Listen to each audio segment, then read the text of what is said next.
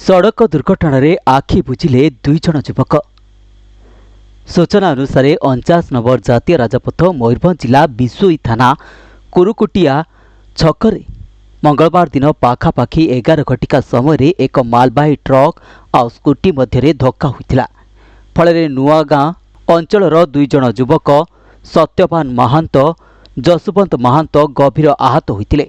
घटनास्थल में सत्यवान महांत मृत्यु होता बेले जसवंत महांत विषय पुलिस जसीपुर हॉस्पिटल को पठाई हेले दुखर विषय हॉस्पिटल में तांकर मृत्यु होता जनापड़ी। फल राजरास्ता को सरकारी सहायता पाई किछि समय अवरोध करते। घटनास्थल में विषय थाना अधिकारिणी और तहसीलदार पहुंची लोकों को बुझासुझा कर रेडक्रॉस तरफ मृताहत परिवार को सहायता प्रदान कर घटनास्थल शव उठाइबा परे यातायात स्वाभाविक होता। दुई शव को विषय पुलिस शव व्यवच्छेद पाई रायरंगपुर उपखंड चिकित्सालय को पठाई सहित एथिरे दुर्घटना घटाई MH21 BS 7868 नंबर विशिष्ट ट्रक और स्कूटी को विषय पुलिस जबत करने जनापड़ी। मृतक दुई जन गोटे ग्रामर होइथिबा बेले उभयंकर छोट छोट बालक और बालिका रहिछन्ति। ए दुखद घटना प्रसारित हेबा फल नुआगाँ सहित विषय अंचल में सुखर छाया खेली जाइतिबा देखिबाकु मिलिछि। अच्छा ये जो लोक एक्सीडेंट से घर आज्ञा आई नुआ गाँव आम घर पाख लोक कि नाम या शक्तिवान महंत जड़े जे थे जो मेडिकल पहुंचन से जसवंत महंत।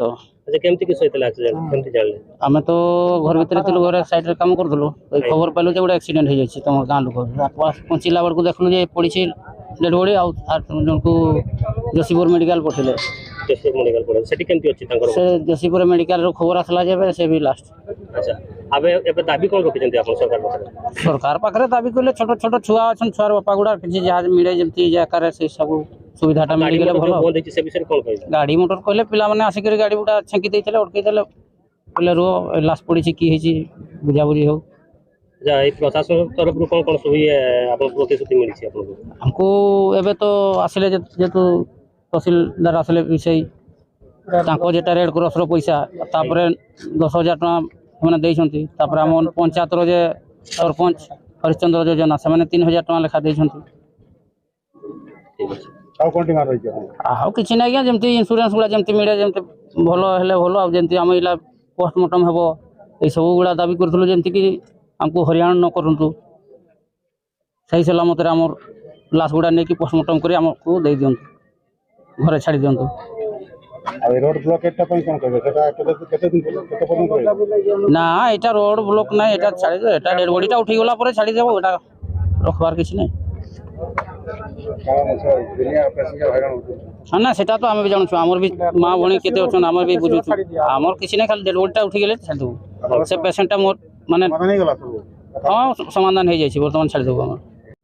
मयूरभंज विषय बीसी सरदार रिपोर्ट न्यूज ओडिया।